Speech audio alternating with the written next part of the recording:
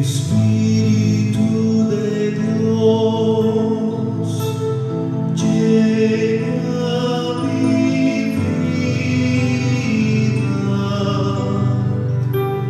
llena mi alma, llena mi ser. Espíritu de Dios, llena mi vida,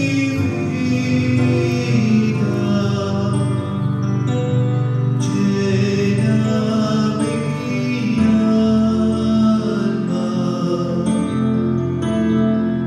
llena mi ser. Lléname, lléname con tu presencia, lléname, lléname con tu poder, lléname, lléname con tu bondad, lléname, lléname con tu presencia, lléname, lléname con tu poder, lléname, lléname con tu bondad.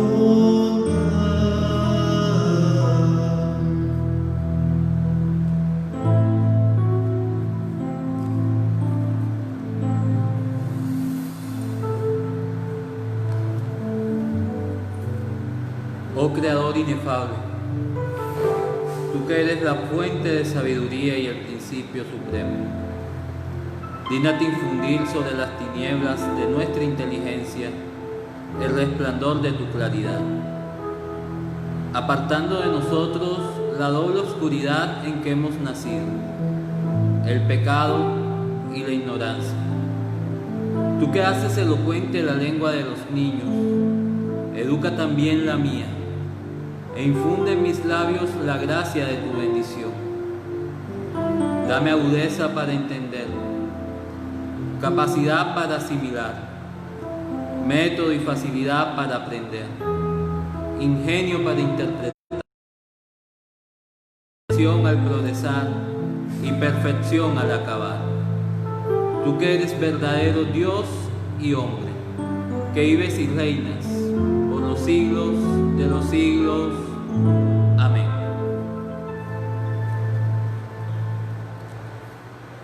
Bueno, muy buenas noches, queridos hermanos. Hay algo muy particular sobre la acción del Espíritu Santo en la vida del ser humano. Pero aquí cabe resaltar algo y quiero comenzar con un pequeño ejemplo. Generalmente los que hemos tenido la oportunidad de ir a un estrado judicial y presenciar un juicio, sabemos y hemos conocido de la vital importancia que tienen los testigos para poder determinar la culpabilidad o la inocencia de la persona que está frente al estrado judicial. Y generalmente el testigo es aquella persona que presencia un acto, un hecho, en este caso, colocándolo dentro del estrado judicial, un hecho delictivo. Y esta persona se vuelve testigo de este hecho para poder dar un testimonio sobre el hecho ocurrido. Cuando se habla de ser testigo, inclusive desde la misma Sagrada Escritura, no se queda simplemente la persona que presencia un hecho, un suceso o un acto. Inclusive el término de ser testigo en la Sagrada Escritura viene del griego martiria o mártir. Es decir, que es aquella persona que es capaz de dar la vida por aquel acontecimiento que ha pasado por su vida. Es decir, que es capaz de darlo todo por aquello que ella experimentó, vio y vivió. La pregunta para comenzar todo este abordaje del Espíritu Santo que nos hace testigos ¿Qué tanto nosotros estamos dispuestos a dar la vida por aquello que creemos? ¿Qué tanto nosotros estamos dispuestos a experimentar y a dar testimonio real de aquello que creemos? Por eso cuando se habla en las Sagradas Escrituras del Espíritu Santo, es precisamente el enclave de este texto bíblico de Hechos 1, versículo 8, en donde vamos a comenzar a hacer toda una cobertura de la acción del Espíritu Santo desde el Antiguo al Nuevo Testamento, pero teniendo como base referencial este texto de Hechos, porque es aquí donde Jesús dice: cuando venga el Espíritu Santo sobre ustedes, les dará poder y los hará testigos en Samaria, en Judea y hasta en los confines de la tierra. Es aquí donde, cuando se habla de ser testigo, es el Espíritu Santo quien termina capacitando al ser humano para dar testimonio de su experiencia de fe. Es decir, que nos termina capacitando a cada uno de nosotros como seres humanos, lanzados en la existencia, que vivimos dentro de un terreno concreto, dentro de un espacio histórico. Nos llama a ser testimonio, a dar la vida por aquello que creemos. Entonces, es el Espíritu Santo quien termina por darle al hombre el convencimiento de aquello o aquella experiencia pascual en Cristo. Ahora, si hablamos de que Él nos hace testigos, entonces, ¿qué termina siendo el Espíritu Santo para nosotros? Porque cuando hablamos del Espíritu Santo, y a veces lo mencionamos y hablamos del Espíritu Santo aquí, el Espíritu Santo acá, pero a veces cuando queremos dar una definición del Espíritu Santo, terminamos siempre diciendo, como lo dice el creador, cosa que está correcta, que es la tercera persona de la Trinidad. Pero de ahí para allá no podemos dar otra cosa más, otra opción más, otra definición más. Es precisamente porque el Espíritu Santo está metida en el mismo, la experiencia del Espíritu Santo viene del mismo misterio de Dios. Lo que podemos reconocer del Espíritu Santo es la misma experiencia de Dios que acontece en nuestra historia. Es decir, que el Espíritu Santo excede toda conceptualización que le podamos dar. Y por eso Yves Congar, un padre conciliar, decía que el Espíritu Santo es el gran desconocido dentro de la iglesia, porque precisamente del que hablamos no lo podemos encajar dentro de todos los conceptos que nosotros tenemos como seres humanos. Pero, si bien es cierto, no podemos decir quién es en concreto y conceptualizar al Espíritu Santo o encajarlo totalmente dentro de nuestro raciocinio, el Espíritu Santo también se le puede reconocer por sus acciones dentro de la historia humana. Es precisamente Él el que convierte nuestra historia en historia de salvación y en historia de esperanza. Es precisamente Él quien permite al ser humano comenzar a entrar en un proceso de crecimiento, o como comúnmente hoy lo escuchamos en muchos lenguajes y en muchas expresiones dentro de lo que hoy se conoce de los acompañamientos o los coaching, ser la mejor versión de nosotros mismos.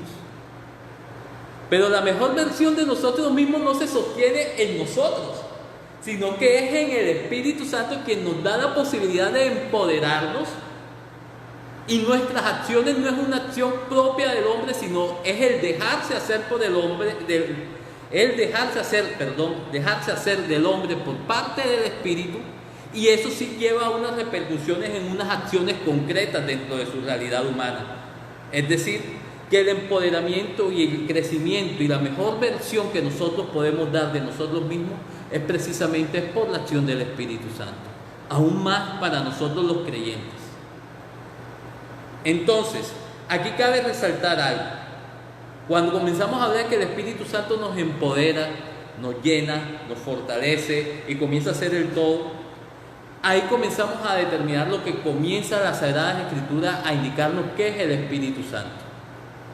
Hay un himno muy antiguo dentro de la iglesia que se llama el Veni Creator Spiritu, o Ven Espíritu Creador.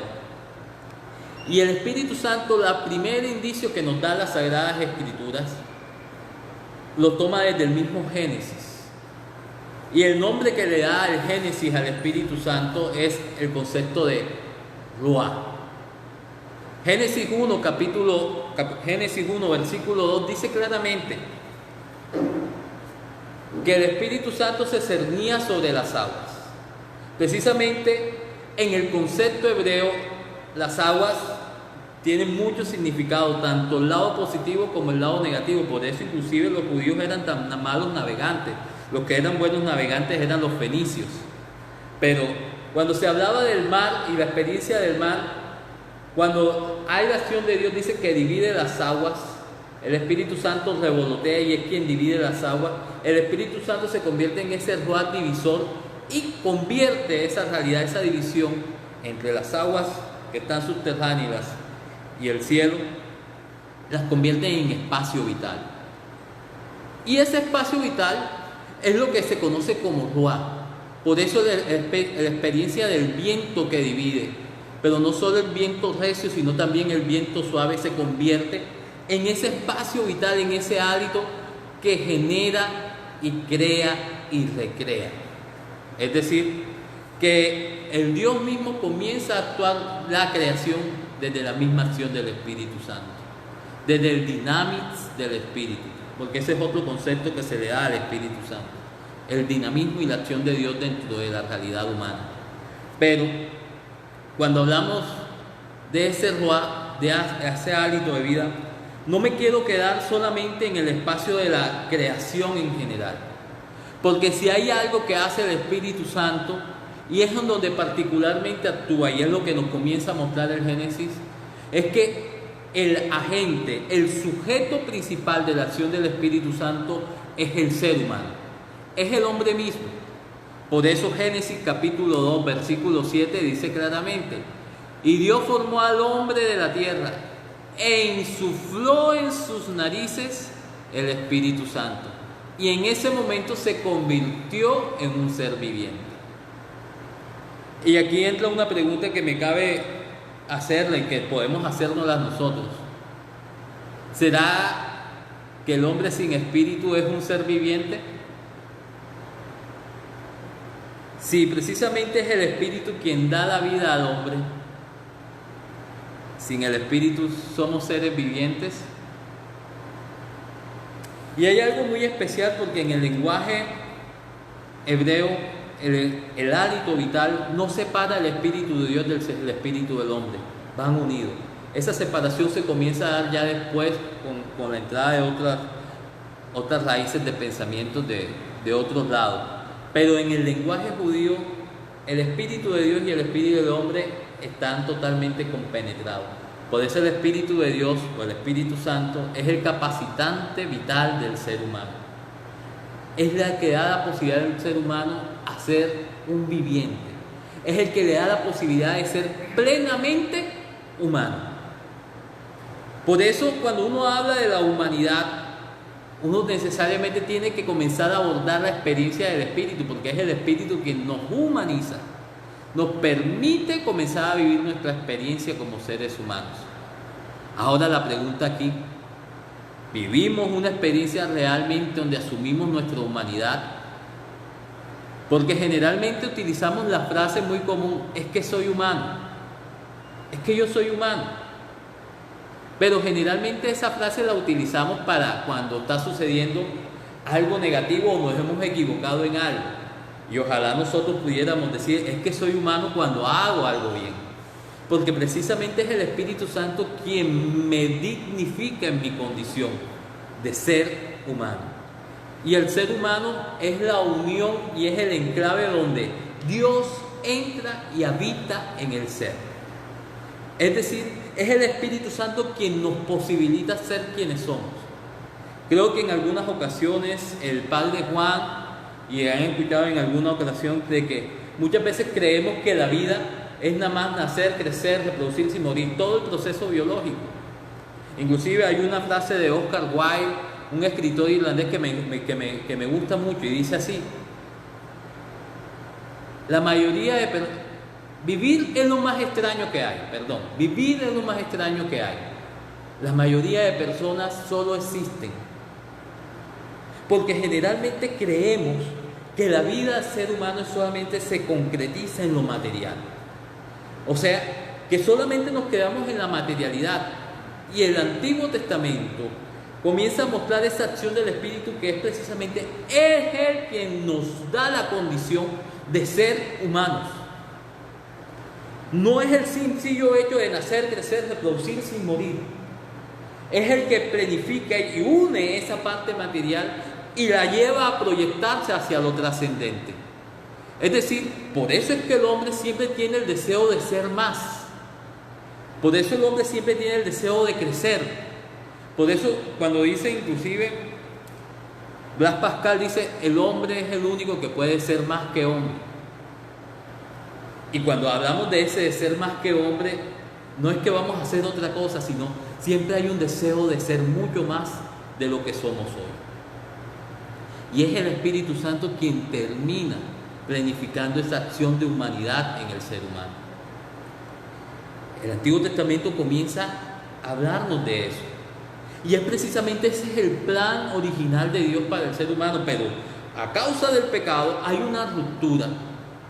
Por eso, inclusive, cuando comenzamos a ver todo el recorrido del Espíritu Santo, de la acción del Espíritu Santo en el Antiguo Testamento, se convierte en una acción progresiva del acto salvífico y planificador de Dios. Cuando se habla del Espíritu Santo a lo largo del Antiguo Testamento, siempre se está hablando en función de la promesa. Pero eso lo vamos a tocar un poquito más adelante. En esa ruptura, por eso es que es tan extraño ver que el Espíritu Santo colme a toda la humanidad en el Antiguo Testamento, o a todo el pueblo de Dios en el Antiguo Testamento, sino personas específicas, cosas que la vemos relatada inclusive en nuestra experiencia sacramental, más específicamente en el bautismo, cuando nos bautizan como sacerdotes, profetas y reyes, porque precisamente en la antigüedad los que eran ungidos y llenos del Espíritu Santo eran los sacerdotes, los profetas y reyes. O sea, eran personas específicas, particulares y que ejercían una función importante dentro del pueblo. Sin embargo, ese no era el interés sencillo de Dios desde un inicio, porque la acción del Espíritu Santo lo quería Dios para todo. Ojo que aquí yo no estoy reduciendo la economía sacramental de nuestra iglesia, pero es precisamente la gracia del Espíritu que ha querido darse para toda la humanidad, y al verse cortada por la acción del pecado, no nos ha permitido vivir esa plenitud. Y por eso la vida sacramental, la vida celebrada, que la fe celebrada que tenemos nosotros como católicos, es un regreso a la experiencia del Padre y la experiencia de la plenitud en Dios. Por eso cuando venga, y cuando aquí voy a utilizar un término, la parucía, la manifestación plena de Dios, ya no será necesaria la liturgia, porque ya viviremos plenamente la visión beatífica de Dios. Pero mi iglesia con la experiencia del Espíritu Santo. Pero para no desviarme del tema, hermanos, y no irme del tema, es el Espíritu Santo que comienza a actuar de manera concreta. En el Antiguo Testamento actúa en momentos históricos concretos. Y es precisamente porque llega como auxilio dentro del pueblo en ciertas situaciones. Y es aquí en todo el recorrido donde aparece inicialmente la experiencia de los jueces, o cuando el pueblo de Israel llega a la tierra prometida. Ellos tienen que combatir con los filisteos, con gente que ya estaba en ese lugar. Y ellos vivieron una experiencia de lo que se llama el círculo vicioso del pueblo de Israel. Rezo, me uno a Dios, me alejo de Dios, soy vencido por los filisteos y vuelve. Y comienza a hacer un círculo. Ahí aparecían ciertos personajes, los jueces, que querían liberar al pueblo de Dios de esos círculos viciosos y los acercaba nuevamente a Dios.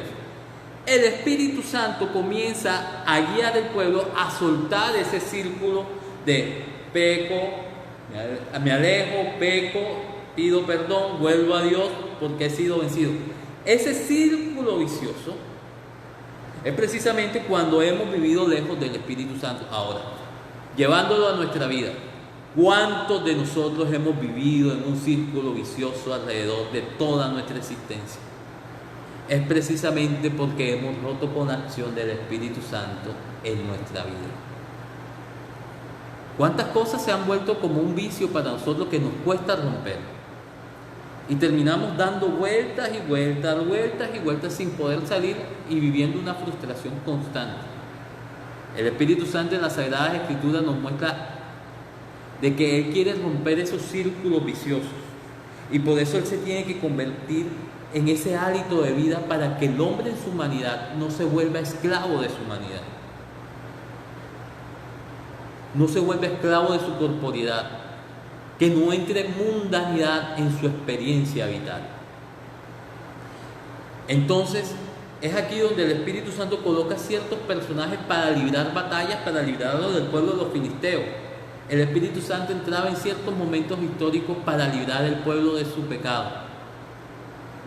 Muchas veces, ¿cuántas veces el Espíritu Santo ha mediado alrededor de nuestra vida, tratando de liberar, pero volvemos a caer en el mismo círculo vicioso? Es sorprendente esto. Y por eso aquí comienza todo un recorrido del Espíritu Santo como esa fuerza vital para nosotros. Pero luego también se quiere convertir en ley interior. Y es donde entra la figura de los profetas.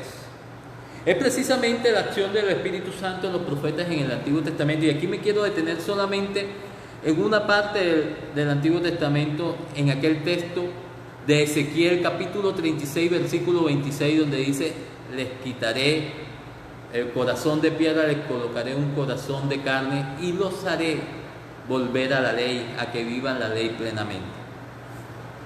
Es precisamente cuando uno no ha tenido una experiencia de vida, un encuentro personal con la acción del Espíritu, es cuando generalmente terminamos convirtiéndonos en seguidores de leyes y normas. Y la experiencia cristiana y la experiencia espiritual va mucho más allá de seguir normas y leyes. Y es por eso que la ley se ve como un fracaso dentro de la experiencia del pueblo de Dios, cosa que después Pablo lo termina afirmando en los libros de los Romanos y en el libro de Gálatas específicamente. Comienza a hablar de que la ruptura de la ley, porque la ley se termina convirtiendo en condenación para él, más el Espíritu es el que da una nueva vida o libertad para él. Ezequiel ya comenzaba a dar unos atisbos de lo que quería hacer el Espíritu Santo en la vida del ser humano. Y por eso el Espíritu Santo, aparte de ser hálito de vida, aliento vital, se convierte en ley interior para el ser humano. Porque es precisamente el Espíritu Santo quien irrumpe, entra, toca las entrañas del ser humano para abrirlo a la experiencia del encuentro real con Dios. No se trata de seguir normas, no se trata de seguir leyes, se trata de vivir la experiencia real de Dios. Y aquí yo no estoy queriendo decir que tenemos que volvernos unos anarquistas, ni vivir el anarquismo total, de hacer lo que nos da la gana, sino cuando yo vivo una experiencia centrada, especial con el Dios, y aquí lo voy a hablar con el término de San Agustín, con el amor. El amor transforma mi vida y me lleva a hacer la planificación de mi vida y la planificación de la vida de los demás. Por eso él se atreve a decir: ama y haz lo que quieras. Pero al hacer lo que quieras no significa que voy a vulnerar los mandamientos. Porque es que si yo soy capaz de amar, no procuro hacer el daño a nadie. Es decir, el Espíritu Santo transforma su interior y se convierte en una ley interior en el ser humano. Ahora, ¿estoy siguiendo normas o estoy viviendo una experiencia viva del Espíritu en mí, que transforma mi corazón de piedra en corazón de carne?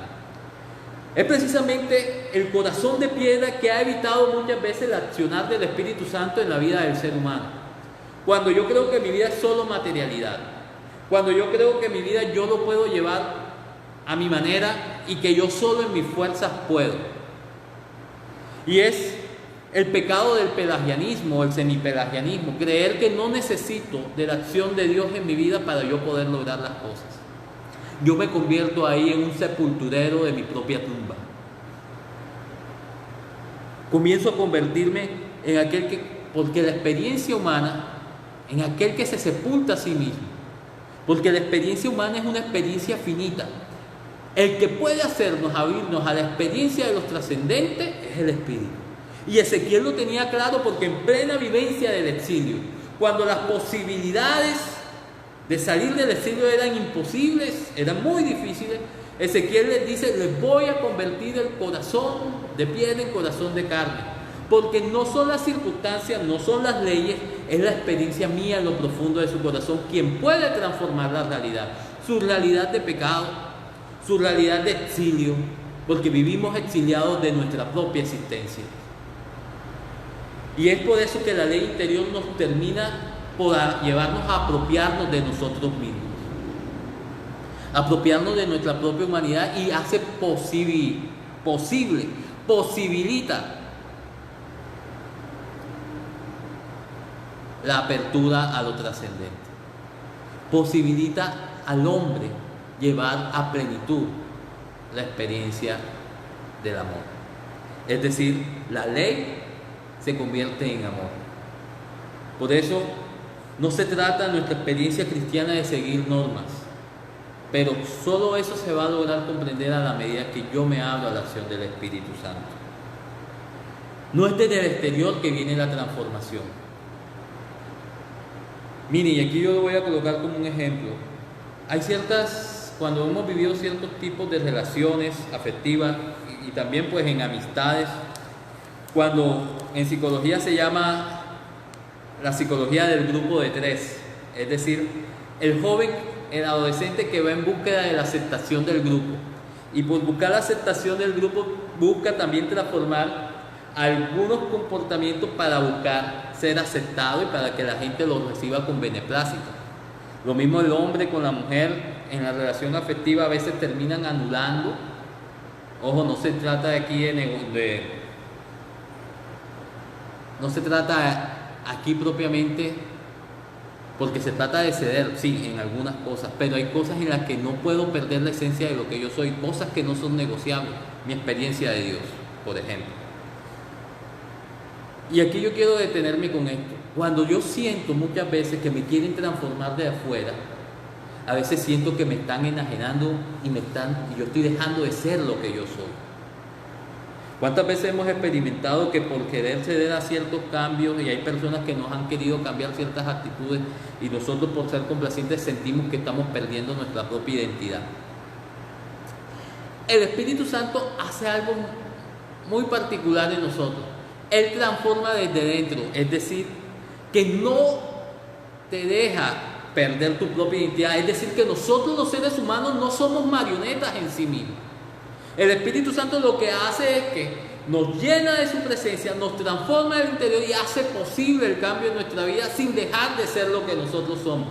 Y por eso Santo Tomás de Aquino se atreve a decir en la Suma Teológica claramente de que la gracia no anula la naturaleza, sino que la perfecciona. Es decir, no se trata de dejar de ser lo que nosotros somos, es llevar a plenitud lo que nosotros somos. Y por eso se convierte en un llamado para mi vida a esta ley interior. Por eso me llama a mí, así nos lo hace el profeta Ezequiel, a abrir nuestro corazón de piedra, soltar todas aquellas estructuras que hemos forjado en nuestro interior, que no nos dejan ser tocados por la acción del Espíritu Santo. Por eso el Espíritu Santo se convierte en ley interior, porque Él transforma desde dentro. Desde dentro.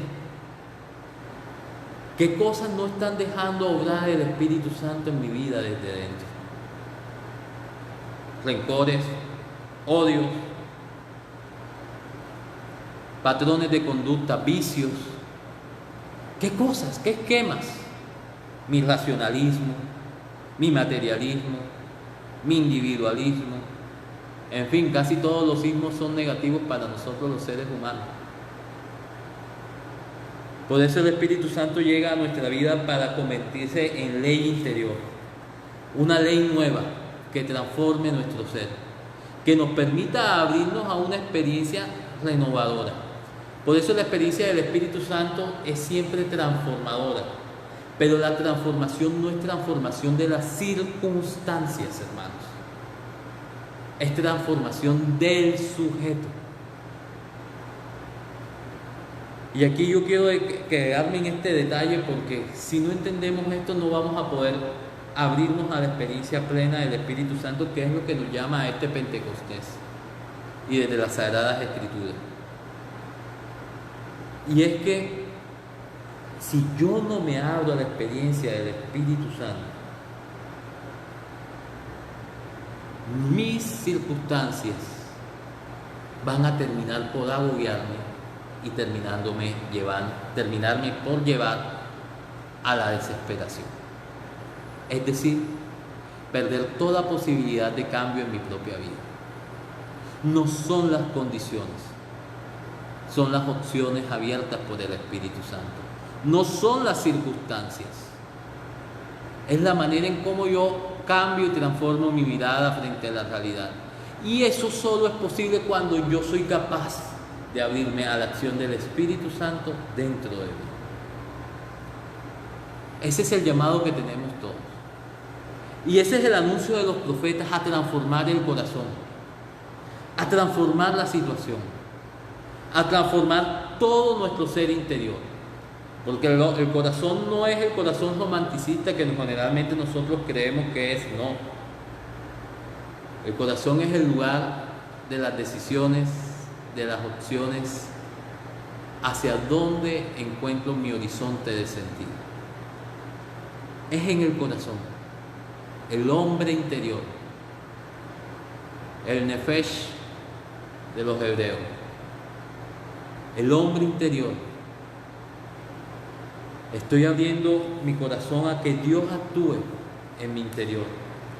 Y por eso mucha de la experiencia de los místicos como San Juan de la Cruz hablaba del hombre interior. Teresa hablaba del castillo interior. Santa Catalina de Siena de la celda interior. Es comenzar a hacer una mirada hacia adentro de nosotros y dejarnos llenar por esa experiencia del Espíritu. Es el Espíritu Santo quien vivifica, pero quien también se convierte en ley interior para mí. Es decir, me transforma en el amor. Me abre a la experiencia del amor. Y tercero y último, y aquí yo quiero entrar en un detalle bastante importante.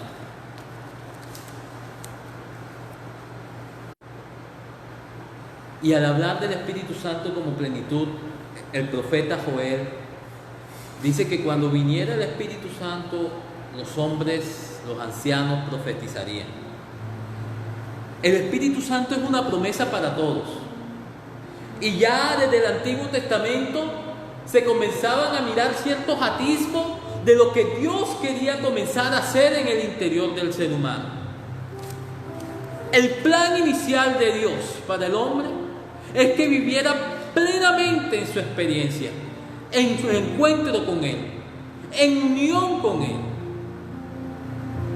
Y por eso el Espíritu Santo se convierte en aquel que planifica nuestra vida y nos lleva a poder llevar a otra instancia, a un nuevo horizonte toda nuestra vida. Es el Espíritu Santo quien termina planificando y llevando y siendo posible de que nuestra felicidad, que nuestra realización humana, y más, aún más importante para nosotros, que nuestra salvación sea posible para nosotros. Cristo abre y nos abre el acceso en la cruz y nos regala la salvación. Y es lo que se llama la salvación objetiva, un hecho concreto que ya pasó y que ya lo hizo. Pero en la historia humana, para que esa salvación se concrete, es necesaria la acción del Espíritu en nosotros. Y es lo que se conoce como la salvación subjetiva, desde lo personal, desde el encuentro. El Espíritu Santo viene a planificar nuestra vida. Y por eso Jesús le dice a Timoteo, ya en el Nuevo Testamento, le dice, de manera en especial, que solo aquel que nace del agua y del Espíritu puede vivir la plenitud de Dios. Luego, San Pablo habla del homos neumáticos, del hombre abierto a la experiencia espiritual. Nosotros tenemos sed de trascendencia, hermanos. Queremos aún más. Y como lo decía San Agustín, nuestro corazón siempre va a estar inquieto hasta que no vivamos esa experiencia real de Dios en nuestros corazones, hasta que no vivamos plenamente en Él. Y es precisamente el Espíritu quien hace posible eso en nosotros. Vivir la sobria embriaguez es vivir la experiencia de plenitud de Dios en nosotros. Y aunque las circunstancias, aunque la enfermedad, aunque el dolor, aunque la muerte misma quiera tocar nuestra vida, podemos decir que vivimos plenamente en Él. Porque es Él quien lleva a planificar mi experiencia de Él. Es Él quien lleva a planificar mi vida. Es Él quien hace posible nuestro proyecto de humanidad. Es Él quien hace posible que nuestros matrimonios sean fortalecidos, renovados. Es Él quien hace que nuestras vidas, nuestras acciones puedan tener sentido. Es Él quien termina planificando, porque si no, seríamos como muertos vivientes, como zombies caminando sobre la faz de la tierra. Por eso el Espíritu Santo hace ese recorrido y las Escrituras nos dicen que Él es vida. Es hálito de vida que nos alienta y nos mueve. Se convierte en ley interior que transforma nuestro corazón. Y también se convierte en plenitud, porque lleva hasta último fin la realización humana, que es vivir en Dios, que es vivir y entrar plenamente en esa experiencia de Dios. Estamos dejándonos tocar y abrazar por el Espíritu Santo. Y por eso Jesús le dice a los discípulos: cuando venga el Espíritu Santo sobre ustedes, les dará poder. Y serán mis testigos en Samaria, en Judea y hasta en los confines de la tierra. Ser testigos, y yo le digo triple A, porque cuando lleva plenitud nos hace verdaderos testigos de Él, verdaderos testimonios de Él, testimonios triple A, porque nos hace agentes, es decir, somos el lugar privilegiado donde Dios ha puesto su Espíritu en nuestra realidad como seres humanos, en nuestro corazón. Nos convierte en agentes, nos posesiona de nosotros mismos. Y por eso, como lo decía en un inicio, el empoderamiento se hace un empoderamiento en Él. No se trata de lo que yo pueda hacer, sino el dejarme hacer. El dejar el acontecer de Dios realizarse en mi vida. El abrir la puerta, como dice Apocalipsis, y dejarlo entrar y cenar en mi interior. Hacerme agente. Lo segundo, me hace actor. Me lleva a tomar un rol y a tomar el protagonismo de mi propia vida, pero en Él. No sostenido en mis propias fuerzas, sostenido en la gracia. Y me hace autor, porque desde mi realidad se pueden generar cosas nuevas. Cosas nuevas. Y ahí podemos decir lo que dijo Juan: vi unos cielos nuevos y una tierra nueva. Porque Dios hace nuevas todas las cosas. Es decir, es el Espíritu quien hace posible una nueva creación. Desde nuestro interior, desde nuestra propia existencia, desde nuestra propia vida. Y ahí es donde Dios muestra su poder, no en las circunstancias, en nosotros, cuando experimentamos su poder, el poder de su Espíritu, que es el poder de su amor. Bendito seas, Señor. Te doy gracias por este día. por esta noche, por el don de tu Espíritu, Señor, por ese hálito de vida, porque se convierte también para mí en esa ley interior. No solo me vivifica, no solo me da vida, sino que transforma mi corazón y me abre a la experiencia del amor. Me hace capaz de llevar mi vida a la plenitud. Llevar nuestra experiencia de Dios a plenitud. Vivir en Él. Vivir en la presencia del reino de Dios. Es decir, vivir en la presencia, en el actuar, en el mover de su Espíritu. Bendito sea, Señor.